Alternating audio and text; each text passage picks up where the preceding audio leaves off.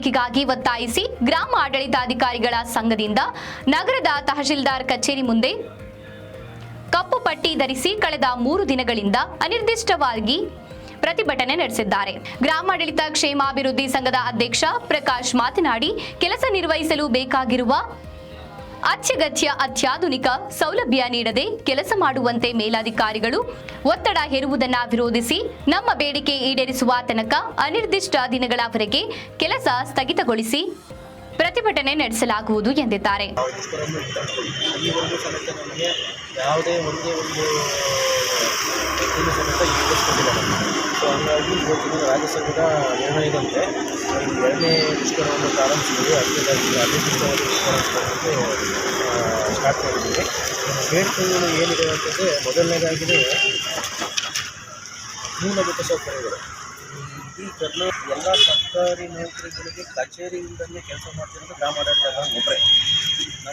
ನಮ್ಮ ಇಲಾಖೆನ ಮಾತೃ ಇಲಾಖೆ ಅನ್ನುತ್ತೆ. ಮಾತೃ ಇಲಾಖೆಗೆ ನಮಗೆ ಫೆಸಿಲಿಟೀಸ್ ಇಲ್ಲ.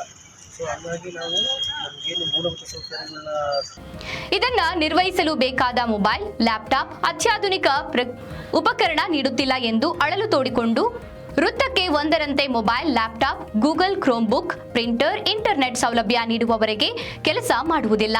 ಲ್ಯಾಂಡ್ ಬೀಟ್, ಬಗರ್ ಹುಕುಂ, ಹಕ್ಕುಪತ್ರ, ನಮೂನೆ 1-5ರ ವೆಬ್ ಅಪ್ಲಿಕೇಶನ್, ಪೌತಿ ಆಂದೋಲನ ಆಪ್, ವಿವಿಧ ಮೂಲ ಸೌಲಭ್ಯ ಒದಗಿಸಬೇಕು ಎಂದು ಆಗ್ರಹಿಸಿದ್ದಾರೆ. ಇದೇ ಸಂದರ್ಭದಲ್ಲಿ ತಾಲೂಕು ಮಟ್ಟದ ಎಲ್ಲ ಕಂದಾಯ ಅಧಿಕಾರಿಗಳು ಭಾಗವಹಿಸಿದರು. ಈ ಅನಿರ್ದಿಷ್ಟ ಅವಧಿಯ ಮುಷ್ಕರಕ್ಕೆ ನಾವೆಲ್ಲ ಅವಕಾಶ ಮಾಡಿಕೊಟ್ರೆ ನಾವೆಲ್ಲರೂ ಸೇರಿ ಒಂದಿನ ನಿಮ್ಮ ಜೊತೆಗೆ ಈ ಮುಷ್ಕರದಲ್ಲಿ ಭಾಗವಹಿಸ್ತೀವಿ ಅಂತ ನಾನು ಹೇಳಲಿಕ್ಕೆ ಇಷ್ಟಪಡ್ತಿದ್ದೀನಿ. ಜೊತೆಗೆ ತಮ್ಮ ಮನವಿಯನ್ನು ಸ್ವೀಕರಿಸಿ ಇದನ್ನು ಮುಂದಿನ ಅಗತ್ಯ ಕ್ರಮಕ್ಕಾಗಿ ಸರ್ಕಾರಿ ನೌಕರರ ಸಂಘದ ಅಧ್ಯಕ್ಷರ ಕಡೆಯಿಂದ ಕೇಂದ್ರ ಸಂಘದ ಕಡೆಯಿಂದ ನಾವು ಸರ್ಕಾರಕ್ಕೆ ಮನವಿಯನ್ನು ಕೂಡ ಸಲ್ಲಿಸ್ತಾ ಇದ್ದೀವಿ. ಇಲ್ಲಿ ಕರೆಸಿ ತಮ್ಮ ಮನವಿ ನೀಡಿದ್ದಕ್ಕೆ ತಮ್ಮೆಲ್ಲರಿಗೂ ನಾನು ಧನ್ಯವಾದಗಳನ್ನು ಅರ್ಪಿಸ್ತೀನಿ. ನಿಮ್ಮೆಲ್ಲರಿಗೂ